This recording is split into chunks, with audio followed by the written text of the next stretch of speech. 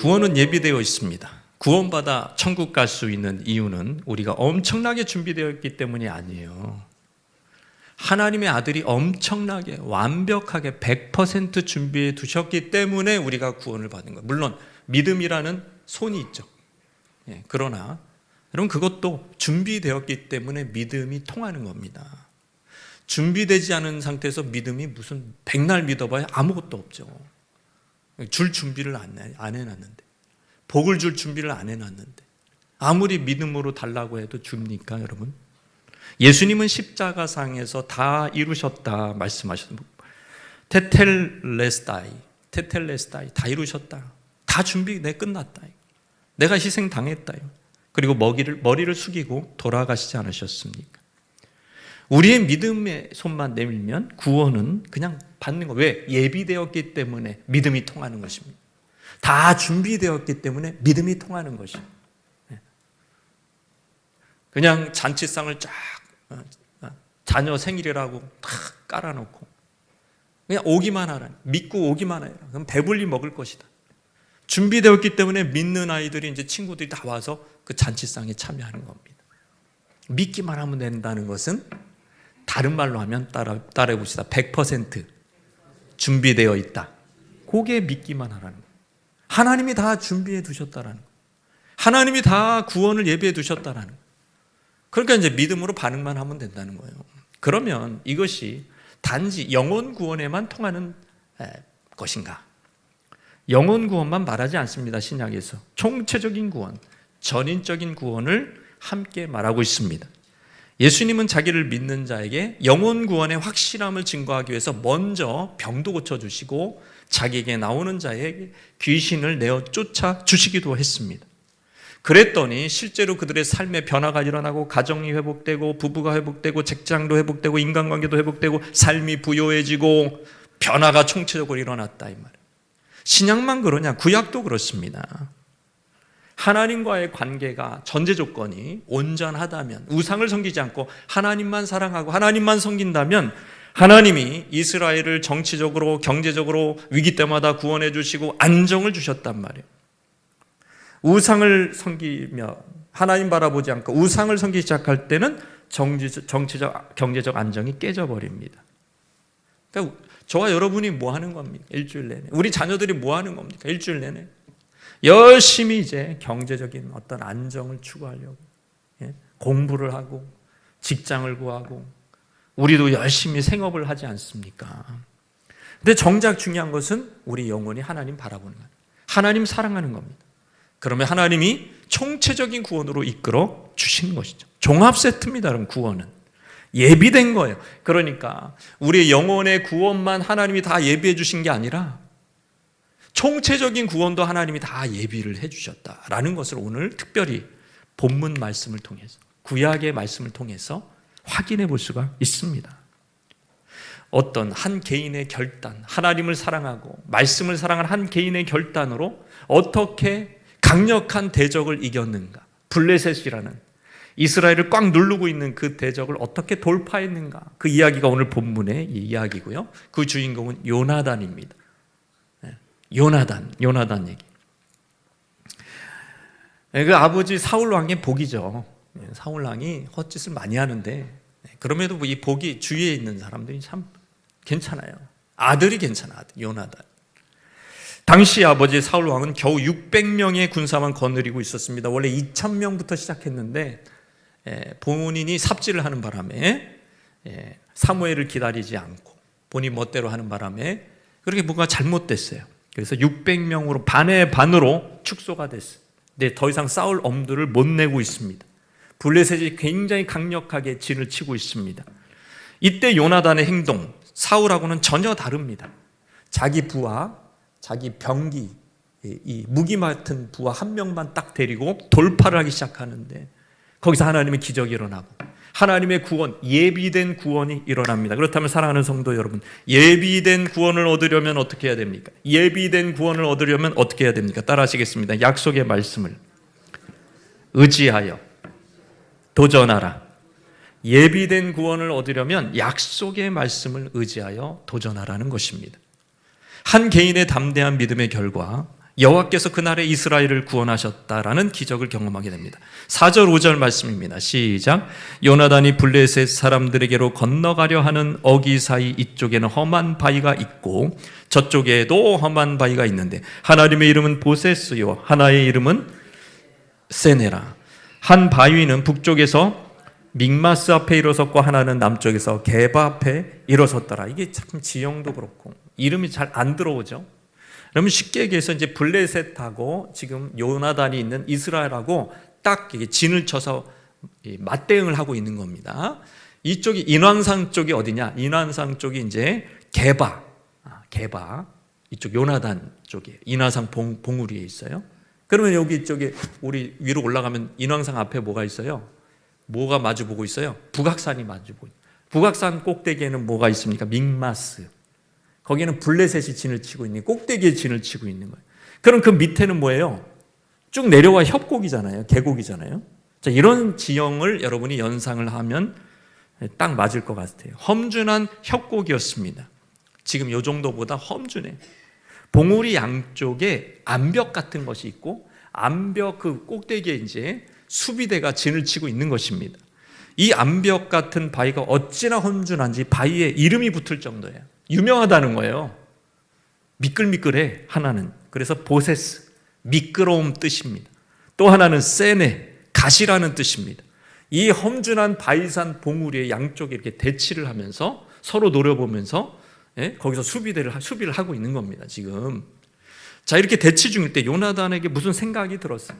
자기의 계획을 무기 든 소년에게 제안을 합니다. 6절 말씀입니다. 시작. 요나단이 자기의 무기를 든 소년에게 이르되 우리가 이 할례 받지 않는 자들에게로 건너가자. 이렇게 침입하자는 거예요. 싸우자는 거예요. 여호와께서 우리를 위하여 일하실까 하노라. 하나님의 구원은 사람이 많고 적음에 달리지 아니하였느냐. 요나단의 신앙 고백입니다. 이 신앙 고백, 요나단의 말이 다 신앙적이에요. 그러면서 이제 할례 받지 않는 백성, 저 블레셋은 할례 받지 않는 백성이 모욕적인 말이고요. 할례 받지 않았다라는 것은 언약적 징표가 없다라는 거예요. 언약 백성이 아니라는 것이죠. 그러니까 우리는 언약 백성입니다. 그러니까 우리가 언약 백성을 위해서 지금 싸우고 있다면 저 할례 받지 않는 언약 백성이 아니고 언약 바깥에 있고 하나님의 보호 바깥에 있고 그건 뭘 얘기하냐면 거룩한 전쟁의 대상이 된다는 거예요. 할례 받지 않는 백성들은 거룩한 전쟁, 하나님이 전쟁의 대상, 대적이 된다는 거예요. 자, 이런 상황에서 우리가 이기지 않겠냐? 하나님이 우리를 도우시지 않겠냐? 얼마나 단순하고 담대한 신앙입니까? 우리는 언약 백성이라는 그 확신 속에서 요나단은 환경의 지배를 받는 것이 아니라 환경을 지배하고 있어요. 환경이 지금 불리하다 그랬잖아요. 예? 벌써 반의 반토막이 났다니까요. 다 그때 지난주 말씀드렸던 다 도망갔어요. 탈영병들이 막 생기고 근사하게 왕정시대를 열었지만 상비군들이 반의 반통이 났습니다. 그러면 우리의 마음은 어떻게 됩니까? 쪼그라들잖아요. 힘들잖아요. 그러나 요나단은 거기서 이렇게 진취적인 모습, 거기서 딱 뛰어넘는 모습을 그 환경 속에 갇히지 않고 딱 뛰어넘는 모습을 보여주면 그게 믿음이에요. 언약 백성이라. 여러분 옛 언약 백성도 이렇게 용기가 있어요. 우리는 뭐예요? 새 언약 백성이란 말이에요. 우리는 요나단과 같은 확신이 있습니까? 상황 논리를 보면 요나단이 많이 불리하죠. 우리도 불리해요. 쪼그라듭니다, 여러분. 아우, 저기 신식무기야. 숫자가 병사가 10배나 많아. 실제 10배 많고. 그거 우리가 어떻게 싸워? 위축이 되잖아요. 여러분, 우리가 신앙이 좋은지 안 좋은지 어떻게 알 수 있냐? 굉장히 간단합니다. 상황이 좀 안 좋아지면 돼요. 우리의 상황이, 우리의 형편이 좀 안 좋아지면 요나단 같은 담대함은 어디 가고 없고 자녀가 좀 안 좋아, 건강이 좀 안, 재정이 쭈그라들고 그럼 뭐 다 쭈그라들어 그냥 마음이 다 쭈그라들어갑니다. 여러분 그것은 쭈그라들면서 사는 것은 겸손이 아닙니다. 믿음 없음입니다. 믿음 없음. 겸손의 표현이 아닙니다. 요나단은 그렇지 않았어요. 블레셋에 의해서 쭈그러드는 상황 속에서도 전혀 마음이 쭈그러들지 않았어요. 군사가 별로 없어요. 자기 이렇게 병기 지키는 이게 그리고 지금 무기도요. 무기도 별로 없어요. 무기는커녕 철로 된 무슨 곡괭이 하나 살라 그래도 블레셋한테 가서 사야 됩니다. 돈 내고 사야 됩니다. 얼마나 형편없을까요? 자, 이 형편없어. 우리는 형편없는 군대네. 우리가 뭘 할 수 있어? 내가 대장이라도 뭘 할 수 있겠어? 이런 생각이 없어요. 요나단은 하나님은 언약 백성을 위해서 언약 맺었기 때문에 우리를 위해서 싸우실 것이다, 이런 용기를 가지고 도전을 합니다. 여러분, 왜? 하나님은 언약적 행동을 하실 거기 때문에 우리도 언약적 충성을 하자는 거예요.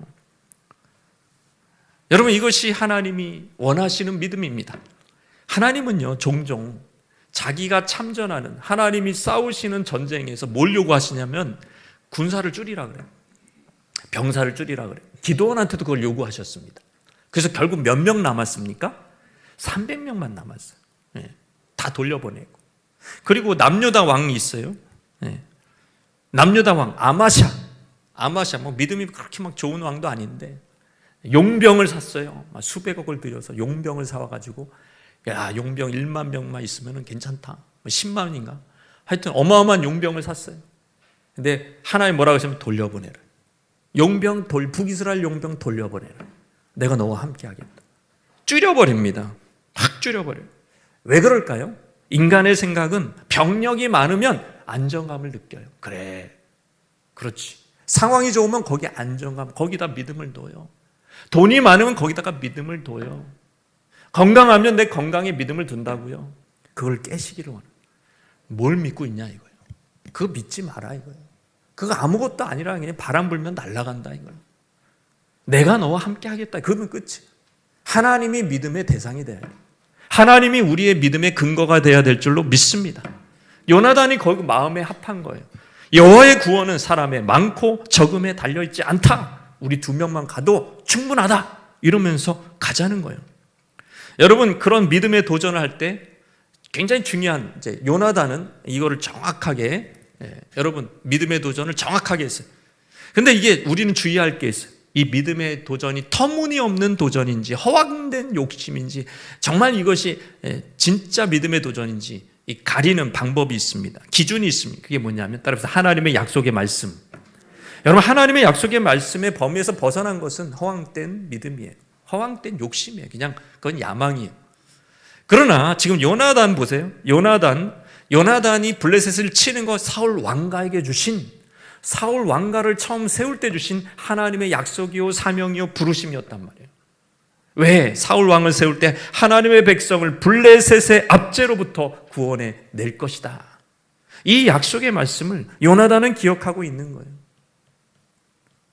우리의 삶에 하나님의 말씀을 의지하여 도전하는 시도들이 있습니까?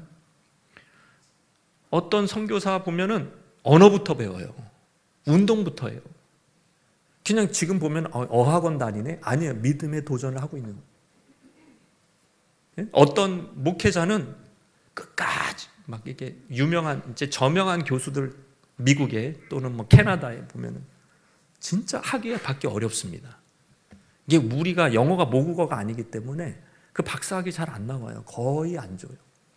근데 그걸 끝까지 따라가면서 그냥 여기 안 되면 또 저쪽 가가지고 그렇게 노력을 합니다. 결국엔 하나님의 주신 비전이 뭡니까? 신학교 세우는 거, 신학교. 그 많은 학문을, 신학을 쫙 섭렵을 해가지고 아프리카에 딱 신학교에 그 학장으로 딱 서는 거죠. 여러분, 이게 믿음의 도전인 거예요. 그 과정이 얼마나 힘들겠어요. 그럼 믿음의 도전이에요. 어떤 사업가는 거의 100억 가까운, 몇십억을 선교사님 안식처를 세워달라고 그렇게 드립니다. 기부합니다. 믿음의 도전이에요. 우리 노예 어떤 교회는 청명한 청년들을 뽑아서 믿음 좋고 유학을 보내, 유학비를 내요. 전부는 아니지만 굉장히 큰 돈을. 그래서 유능한, 이 나라를 이끌 만한 사람을 세워야 된다 해가지고 그걸 오랫동안 했어요. 믿음의 도전입니다, 여러분. 그 교회 보면은 또 선교사님들이 은퇴한 다음에 뭐가 이렇게 연금도 없고 그러니까는 그거를 이제 막 무슨 그거를 부어 또 막 ETF인가 뭐 그런 거를 또 막 부어가지고 선교사님들의 노후를 책임진다고 그런 운동도 하고 있어요. 얼마나 훌륭한지 모릅니다. 믿음의 도전입니다. 예수님께서는 우리에게 도전하셨습니다. 약속하셨습니다. 너희는 가서 모든 민족으로 제자를 삼아라. 누군가는 지금도 도전하고 있는, 누군가는 그 말씀을 의지해서 지금도 도전하고 있어요. 우리 주위에 안 보일 뿐이에요. 우리 눈에 안 보일 뿐입니다. 어떤 전도자는 불신자의 벽을 느끼면서도 거절받아도 전도하는 거예요. 내 눈에 안 보일 뿐입니다. 오픈도어 선교회 앤드류 형제, 브라더 앤드류, 유명한 분이에요. 구소련 시절 이분이 뭐 했냐면 철의 장막을 뚫고 성경을 배달한 배달부 역할을 했습니다. 트럭에다가 진칸에다 성경을 가득 싣고 가면서 운전하면서 기도가 딱 하나예요. 주여, 보지 못하는 눈을 주시옵소서. 보지 못하는 이 가로 열고 성경을 보지 못하는 눈을 주시옵소서. 이런 기도를 하고 갔다는 거예요. 검문소에 딱 들어갑니다. 소련 병사가 다 체크를 하잖아요. 근데 희한하게도 성경책을 못 보는 거예요. 그때 까막눈이 됐든 뭔가 눈 감아줬든 희한한 일이 일어나서 계속 배달이 돼서 수많은 지하교회를 세울 수 있었다는 간증, 믿음의 도전입니다. 약속의 말씀을 믿고 요나단처럼 도전했던 인물들 역사 속에도 많고, 우리가 하나님 나라 가면 그런 사람 진짜 많이 있을 거예요. 만날 수 있을 겁니다, 여러분. 우리가 그런 사람 되어야 되지 않겠습니까? 우리 옆에 분에게 당신이 그니까, 여러분이 그 믿음의 도전을 하기를 바랍니다. 예비된 구원을 얻으려면 어떻게 해야 되느냐? 두 번째 따라 하시겠습니다. 하나님이 주신 증표를 구해라. 표징을 구하라는 거예요. 표징을. 사인을 구하라는 거예요. 요나단이 그렇게 했어요. 요나단은 적어도 두 가지 표징을 구했던 것 같아요. 첫째는 하나님의 일을 시작할 때 자기의 지원군, 한 명이라도 좋으니까 지원군을 구했어요. 그게 누구냐? 자기 병기든 자기의 무기 맡은 부하에게 이제 얘기를 하기 시작해요. 자기 비밀스러운 이 침투 계획을 얘기하기 시작해요. 그랬더니 이제 무기든 자가 딱 말합니다. 7절입니다. 시작. 무기든 자가 그에게 이르되 당신의 마음에 있는 대로 다 행하여 앞서 가소서. 내가 당신과 마음을 같이하여 따르리이다. 마음을 같이하여 따르리이다. 이 히브리어 본문은 마음과 영혼을 다하여 따르겠다라는 엄청난 사인입니다. 나와 함께하는 자가, 동역자가, 배우자가, 또는 이렇게 군사적인 정말 내 뒤를 책임지고 있는 이 무기든 자가 딱 이런 말을 하는 거예요. 따르겠습니다. 당신이 뭘 하든지 내가 따르겠습니다. 그래서 요나단의 이 비밀스러운 계획은, 도전은 탄력을 받기 시작합니다. 물론 상명하복이라는 군사 문화가 존재하지만 그 당시에 이렇게 성경 얘기를 들어보면 이렇게 군사들이 뭔가 의견 개진도 해요. 실제 전쟁에 참여하고 있기 때문에 그들의 의견이 들어옵니다.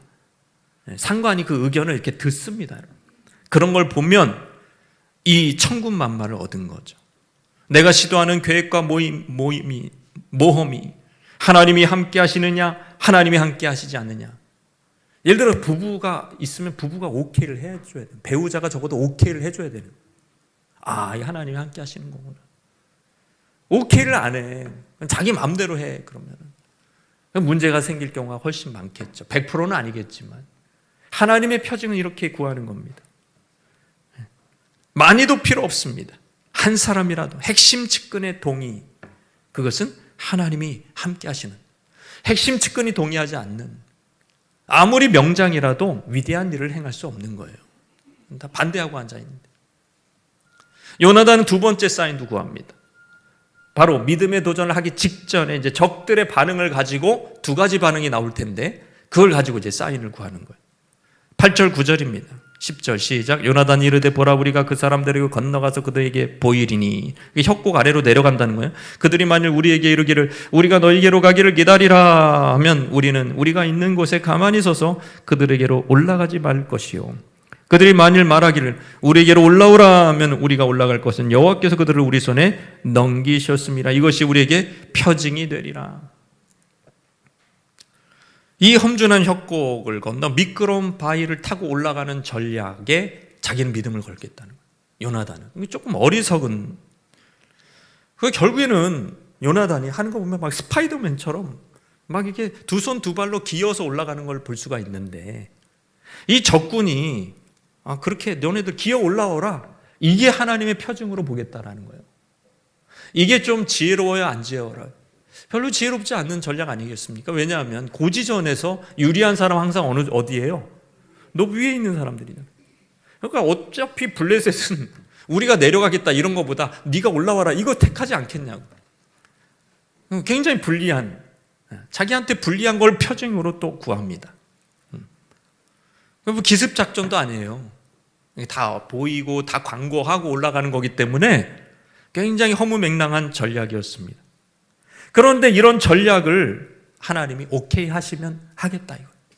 요나단의 발상은 이게 범상치가 않아요. 뭔가 이게 학자들도 이거 보면서 고민 많이 합니다. 이게 제대로 해석이 안 돼. 이게 왜 이렇게 했지?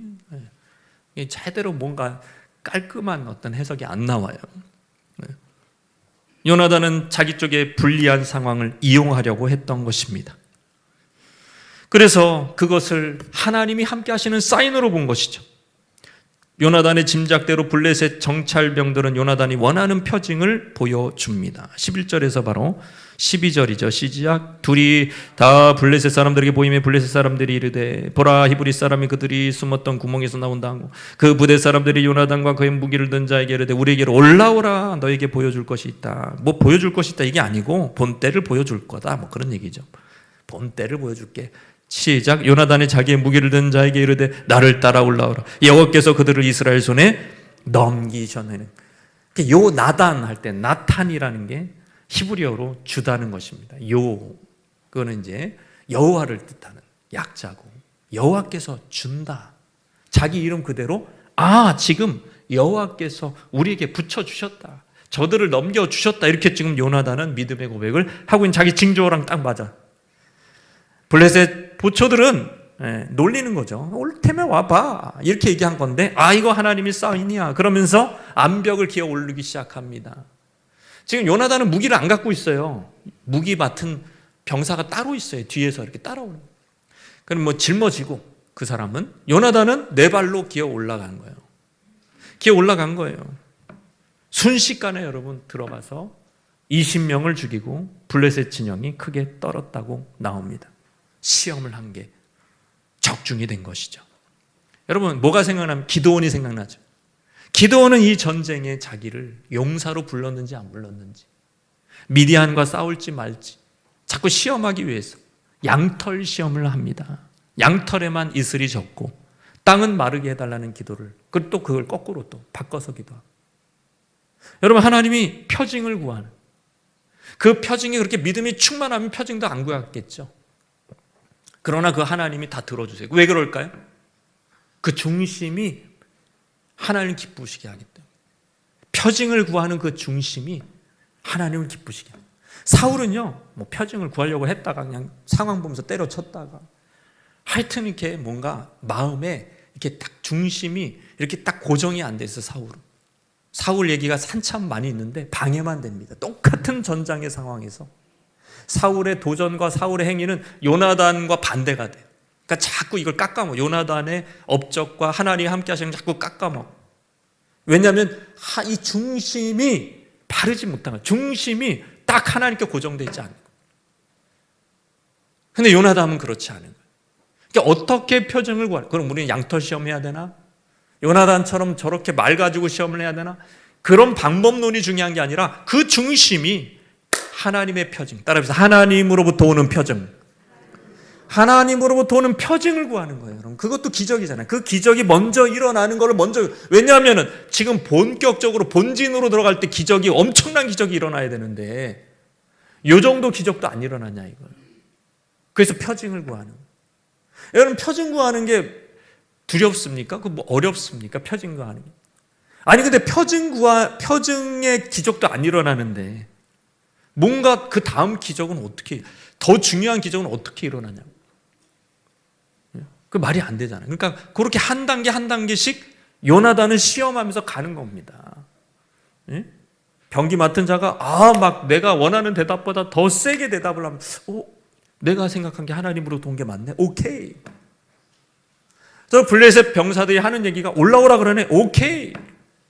그 확신을 갖고 올라가는 겁니다, 여러분. 얼마나 이게 영적으로 주도 면밀하며 이게 성령의 인도를 받는 방식이란 말이에요. 성령의 인도를 받는 방식. 하나님을 경외하는 자가 계속해서 하나님께 묻고 기도하며 하나님 위로부터 오는 표징을 구하는 것이죠. 이게 얼마나 하나님 보시기에 이쁘냔 말이에요. 귀하냔 말이에요. 여러분도 인생의 분기점에서 표징을 구하시기를 주님의 이름으로 축원합니다. 그러니까 분기점, 그걸로 달라져요, 여러분 인생이. 지금 이 전세 판도가 이 중요한 기로에서 요나단이 실패하느냐, 요나단의 이 도전이, 믿음의 모험이 그냥 허무맹랑한 거냐, 그러면은 완전히 또 이스라엘은 큰 타격을 입습니다. 이런 중요한 분기점에서 요나단도 죽고 후계자인데, 사실 왕자인데 분기점에서 표징을 구하는 거예요. 표징. 아니 누구한테 의지할 수 있겠냐고요. 여러분 그런 중요한 일에 사람한테 뭔가, 그죠? 표징을 구할 수 있겠냐고요. 어떤 어렵잖아요. 그러니까 기도하고 하나님으로부터 표징을, 물론 사람을 통해서 할 수도 있지만 그거는 방법이에요. 방법. 하나님으로부터 온다. 할렐루야. 저는 인생에 중요한 기로가 있었어요. 뭐냐면 내가 사역자로, 전임 사역자로, 목회자로 내가 부르심이 있는가. 그런 게 이제 중요한 기로에 어떤 설 때가 있었습니다. 성경 읽다 은혜 받고, 선교단체에서 은혜 받고, 기도하다가 은혜 받고, 계속 은혜 받아. 그냥 대학교 내내 은혜 받아. 마음에 소원이 생기는 거예요. 신대원에 가고 평생 말씀의 봉사자가 되고 싶다. 그런 소원이 열망이 컸습니다. 근데 분명한 저를 이렇게 끌어내리는 안 좋은 상황이 있었어요. 절대 목회자가 내가 될 수가 없다라는 안 좋은 상황이 뭐냐면, 여러분은 어떻게 생각할지 모르겠지만 저는 그때 되게 심각했습니다. 우리 가문에, 이 설씨 가문에, 우리 집안에 사돈의 8촌까지 다 합쳐서 권사나 장로나 한 명도 없었어요. 안수집사 이런 사람도 없어. 집사도 없는 것 같아 그냥. 네. 교인도 거의, 지금 그 무슨 얘기냐면은 이 집안에서 어머니가 처음 예수 믿게, 저희 집에서 저희 어머니가 처음으로 신자로 시집이 온 거예요. 불신자 만나서. 네. 그런 집안인 거예요. 그러니까 뭐가 지금 주위에서 목사 된다 그러면은 뭐가 생각나요? 아, 장로님 아들이, 목사님 아들이. 그러니까 이름도 다 뭐예요? 바울이. 이름이 그러잖아요. 요한이 뭐 이러잖아요, 다. 제가 바울도 몇 명 아는지 몰라요. 다 목사님, 권사님 아들이에요. 그때 이거 어렵다. 그러면서 이제 표징을 구하는 거예요. 뭔가 열망이 있습니다. 표징을 어떻게 구했냐면, 그 당시에 담임 목사님이, 제가 24, 5살 담임 목사님이, 그 담임 목사님 면담을 신청해서 그냥 담임 목사님의 그 당시에 면담할 때 입에서 나오는 그 말이, 그 결정이 내 거에 대한 사인이다, 이렇게 생각을 한 거예요. 담임 목사님이 잘 알죠. 우리 집도 잘 알고. 아유, 설 형제 왜 목회자를 하려고 그래? 아유, 현 형제 잘할 수 있는 거 있잖아. 그런 거 해. 딱 그렇게 할 수 있는, 좀 그런 확률이 한 70% 이상 된다고 생각했어요. 그래서 만났어요. 이렇게 목양실에 딱 들어갔어요. 목양실에 들어가서 이 담임 목사님 그 당시에 40대였던 것 같아요. 얘기를 하시더라고요. 쭉 얘기를 하시면서 이제 내 얘기를 듣더니 고민이 됩니다. 그랬더니, 설 형제님, 신학교 가려거든 바로 가세요. 직장 생활하지 말고. 내 주변에 친구들 중에 직장 생활 하다가 신학교 간 친구들이 있는데 목회를 직장 생활 하듯이 하더라. 직장에서 배운 거 그대로 목회를 하더라. 그게 썩 좋아 보이지 않고 순수하게 그냥 신학교에서 말씀 배운 대로 그냥 말씀으로 그렇게 하세요. 그렇게 딱 지도를 해주더라고요. 가려면 바로 가라. 뜸들이지 마라. 야, 저는요, 그 입에서 그렇게 그런 이야기가 딱 나올 줄은 몰랐어요. 그냥 표징을 구했을 뿐이에요. 그 길로 전 돌아보지 않았습니다. 그냥 끝났어요. 그냥 제 인생은 전혀 다른 길로 간 겁니다, 여러분. 우리도 마찬가지죠. 아브라함도, 여러분, 하나님이요, 다 보여주시고 가라고 하지 않아요. 아브라함한테 다 보여주고 가라 그랬습니까? 아니에요. 갈 바를 알지 못하고 간 거예요. 인생의 중요한 기로쯤에서 나의 안정감은 하나님입니다. 하나님의 인도를 내가 받겠습니다. 그러면서 거기서 딱 주님만 의지하고 기도하고 주님으로부터 표적 딱 받고 그냥 떠나는 거예요. 지금 막 큐티 묵상하고 있잖아요. 아브라함의 표적은 아마 아버지의 죽음이었을 거예요. 데라의 죽음, 하란에서. 그리고 하나님 음성 듣고 그냥 바로 그냥 떠나잖아요. 이런 겁니다. 그럴 때 하나님의 놀라운 변화가 일어날 줄로 믿습니다. 마지막으로 예비된 구원을 얻으려면 어떻게 따라하시게 하나님이 싸우시는 거룩한 전쟁을 기대하라. 이게 이제 마지막으로 우리가 싸움을 제대로 걸면 믿음으로 제대로 도전하면 이게 터져요. 하나님이 싸우시는 거룩한 전, 따라서 거룩한 전쟁. 거룩한 전쟁이 터진단 말이에요. 이게 하나님이 참전하시고 하나님이 승리를 이끄시고 책임져 주시는 그거를 총체적으로 거룩한 전쟁이라고. 거룩한 전쟁이 터져요. 거룩한 전쟁 모티프가 구약에 내내 있습니다. 지금 그 중에 이제 중요한 요소들이 있어요. 그 중에 하나가 하나님의 여호와의 소수의 사람. 하나님이 소수를 택하시고 소수를 가지고 일하셔. 두 번째는 그들이 쳐들어갔을 때 소수를 가지고 했는데 아비규환이, 적들은 아비규환의 소동이 일어납니다. 세 번째는 이런 문구가 등장해요. 여호와가 그 적을 우리 손에 넘겼다 또는 붙였다, 이런 어구가 딱 등장해요. 이게 뭐냐, 여호와의 함께 하시는 참전하시는 전쟁임을 확실히 보여주는 것입니다. 지금 이 요소가 지금 나타납니다. 자, 보십시오. 13절 14절 시작. 요나단이 손발로 기어 올라갔고 스파이더맨처럼 기어 올라간 거예요. 그 무기를 든 자도 따랐더니 블레셋 사람들이 요단한 앞에서 엎드려져. 어떻게 엎드려졌을까요? 요나단은 맨손이나 또는 돌 집어서 이렇게 친 거예요. 앞에 쓰러져. 그러면 뒤에 있는 무기 든 자가 이렇게 푹 찔러 죽습니다. 요나단이 팍 쳐서 가면 또 찔러 죽이고, 자빠져 있으면 찔러 죽이고, 이러면서 이렇게 가는 겁니다. 어떻게 됐어요? 14절에 요나단과 그 무기 든 자가 반나절가리 땅 안에서 처음으로 쳐 죽인 자가 뭐 20명 가지고 뭐 그렇게 큰 게, 여러분 그게 아니죠. 몇 명이 시작했어요? 싸움이 2대 20이에요. 여러분이 2명인데 20명과 싸워. 이길 수 있어요, 없어요, 여러분? 10배예요. 10배는 기적입니다. 따라해 볼까? 10배는 기적이다. 이건 우리 인간이 하는 게 아닙니다. 네. 물론 이제 해석자들은 스파르타 영화 300 이런 걸 생각해요. 이게 협곡에 뭔가 좁은 이 바위 속에서 이게 딱 한 명만 지나가는 어떤 그런 길 속에서 요나단이 이렇게 한 명을 계속 치면서 그러면서 이게 밟고 간 거다. 그렇게까지 얘기를 합니다. 아니면은 블레셋이 굉장히 이제 방심하고 있었을 것이다. 어쨌든 간에 기적이 일어난 거예요. 결과는 20명. 10배는 기적이라니까. 여러분 10배가 기적입니다. 여러분 전교 500등이 50등 하면은 기적이 아니에요. 기적이죠. 연매출이 1억인데 10억대예요. 기적입니다, 여러분. 그게 기적인 거예요. 성도가 지금 딱 여기서 10배 늘었어요. 그걸 우리는 기적으로 받아들여 안 받아들여? 그게 기적이죠. 그 개인이 하는 게 아닙니다. 굉장한 기적이 일어나요. 10배는 기적인 거예요. 기적이 일어난 거예요. 거룩한 전쟁이 일어난 거예요, 여러분. 그런데 그게 시작이었어요. 그게 끝이 아니고 10배가 끝이 아니고 시작이었어요, 여러분. 이게 보세요. 15절 말씀. 자, 15절 중요합니다. 시작. 들에 있는 진영과 모든 백성들이 공포에 떨었고, 이 블레셋 얘기하는 거예요. 부대와 노략군들도 떨었으며 땅도 진동하시니 이는 큰 떨림이 일어나. 이게 뭐예요? 들에 있는 진영, 이게 퍼져나가는 거예요. 블레셋의 수비대만 지금 깨졌는데 20명이 깨졌는데 이제는 본진까지 흔들리고 있는 거예요. 그 두려움이 본진까지 임한 거예요. 게다가 노략군도 떨었다. 이 뒤에 나오잖아요. 노략군도 떨었다라는 것을 요즘 시대의 용어로 바꾸어서 말하면 델타포스, 정예부대가 떨었다는 얘기입니다. 노략군은 정예부대라는 거예요. 델타포스 막 나오잖아요, 뉴스에. 델타포스도 지금 떨었다는 거예요. 블레셋의 델타포스가. 그러면서 거기다가 엎친 데 덧친 격으로 뭐가 일어났어요? 지진이 일어났습니다. 땅도 진동하였다. 이게 뭐냐? 하나님의 거룩한 전쟁에 굉장히 중요한 특징이 나타나는 거예요. 자연의 초자연적인 기적들이 막 지진이. 지금 블레셋 땅에서 일어났다라는 것은 그 당시에 고대인들의 생각에는 이거는 저주예요. 자기 신이 깨졌다라는 증거예요. 저쪽 신이 이겼다라는 증거입니다. 난리가 난 거죠. 여러분 거기서 또 끝나지가 않아요. 하나님이 예비해 주신 구원이 어떤 구원이냐면 이거 대단합니다, 여러분. 20명 죽인 거 가지고 끝난 게 아니에요. 거기서 막 지진 난 걸로 끝난 게 아니란 말이에요.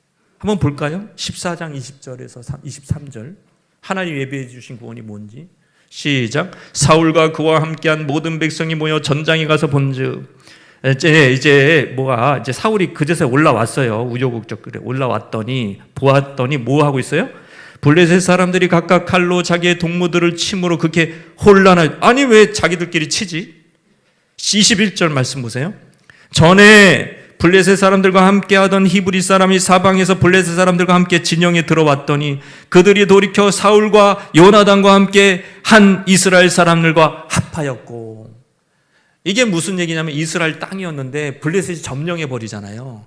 우리 식민지 시대 생각하면 돼요. 우리 땅인데 일본군이 와서 점령하면 무슨 일이 일어납니까? 강제 징용이 일어나는 거죠. 그러니까 강제 징용당한 사람들이 블레셋 군으로 들어와 있었던 거예요. 그러면서 막 그냥 의도 터지고 거기서 무시받고 그러면서 이렇게 있으면서, 그래서 블레셋 다 갑옷 입고 이렇게 있다가 지금 전세를 보고 지금 이렇게 보니까 용기가 난 거예요. 마음속에 이 사람들이 용기가 나가지고 진짜 블레셋을 쳐버린 거예요. 근데 이게 지금 피하 구분이 안 되잖아요 지금. 근데 히브리 사람들은 알죠, 누가 히브리 사람인지. 평소에 무시받으면서 이 블레셋에 따까리 같은 거 하고 있었으니까. 그래도 병사라고 월급도 차별적으로 받고 그랬을 거 아닙니까? 거기서 용기를 나가지고 그냥 너 블레셋에 팍 쳐버리고 이런 일이 막 일어나는, 따라서 예비된 구원, 이런 것까지 하나님이 다 아셨을까요? 몰랐을까요? 아시죠. 거기에 이미 이렇게 불만을 가진 히브리인들이 존재한다는 걸 아시는 거예요.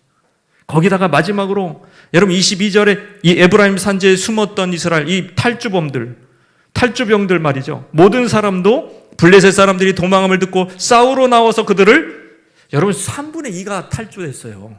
다시 돌아온 거예요. 이 상황을 보고. 여러분 이거를 다 요나단이 예상했어요? 아니에요. 여기까지 다 여러분 알고 간 거예요? 알고 싸운 거예요 여러분? 아니에요. 믿음의 기적은 이런 식으로 일어나는 겁니다. 갈 바를 알지 못하고 떠나는 거예요. 조망만한 구름 보면서 가는 거예요. 이런 믿음의 도전이 있을 때 놀라운 기적, 그게 뭐냐면 여호와의 전쟁, 거룩한 전쟁의 기적이 일어나는 줄 믿습니다. 이 예비된 구원의 거룩한 전쟁이라는 것은 우리의 힘과 노력과는 차원이 다른 놀라운 차원의 그런 하나님의 구원이 개입되는데, 지진이 지금 일어났죠. 홍해에서는 뭐가 일어났어요? 바람으로 물이 갈라져 버렸어요. 바다가 갈라졌다니까. 그게 거룩한 전쟁이에요. 하나님이 또 어떤 전쟁에서는 우박이 동한대요. 우박이, 이따만한 우박이 그냥 적들한테 쏟아져 가지고 블레셋이 다 죽고 막 미디안 죽고 막. 또 어떤 전쟁은요, 갑자기 물이 이렇게 어디서인가 물이 확 흘러나왔는데 그때 이제 동이 트는 거예요. 해가 뜨는데 물이 이게 붉은 빛이 탁 비치니까 저 적들이 볼 때는 피다. 저기 이스라엘 연합군들이 서로 지금 의견이 안 맞아서 서로 싸워서 피를 흘리나 보다 하면서 그냥 멍청하게 그냥 올라왔다가 떼죽음을 당합니다. 아주 그냥 이렇게 마치 전리품 챙기러 왔다가 떼죽음을 당해요. 여러분 이게 거룩한 전쟁입니다. 인간의 힘과 인간의 능력과 우리의 범위를 초월하는 놀라운 일이 일어나는 거예요. 여러분 이런 일이 일어나는 줄 믿습니다. 성경에 이런 게 엄청나게 많은데 우리는 기대조차 하지 않는다면, 그리고 하나님 나라 간다면 얼마나 그것이 안타깝냐 이 말이에요. 성경에 있는 건 다 우리가 먹어야죠. 성경에 있는 건 우리가 다 누려야죠. 성경에 지금 이렇게 해주시겠다라는 것은 우리께 돼야죠. 저는 그런 마음으로 성경을 읽는 거예요. 성경을 배우는 거예요. 그리고 여러분도 그렇게 되기를 원하는 거예요. 아니 성경에 약속돼 있는데 왜 우리가 놓치고 이 세상을 그냥 우리 힘으로만 살다가 그냥 천국 가냔 말이에요. 그거는 있을 수 없다. 하나님은 우리의 영혼 구원만 예비해 주신 것이 아니다. 영혼 구원을 위해서 이제는 우리가 구원받았으니까 모든 전통체적인 구원을 주시고 그 권능과 그 자원을 가지고 또 다른 사람을 구원케 하는 그런 자리로 복의 통로로 우리를 이끄신다 이 말이에요. 새 언약 백성인 여러분은 어떻습니까? 어떻게 반응하고 있습니까? 믿음을 사용하고 있습니까? 말씀을 의지하고 있습니까? 요나단처럼 여러분 처음에는요, 여러분 모험이 필요하고 여러분 살신성인해야 되고 처음에는 어렵습니다. 요나단이 지금 쉬운 게 아니잖아요. 그래서 여러분 70년대 보면은 80, 76, 70년대 이런 데 보면은 여러분 우물가에 뭐가 있어요? 수동 펌프가 있어요. 이렇게 손으로 끽끽 하면서 이렇게 하는 거예요. 그냥 이렇게 막 펌프질 하면은 이렇게 막 그 물이 나와요? 안 나와요. 마중물을 부어야 되는 거예요.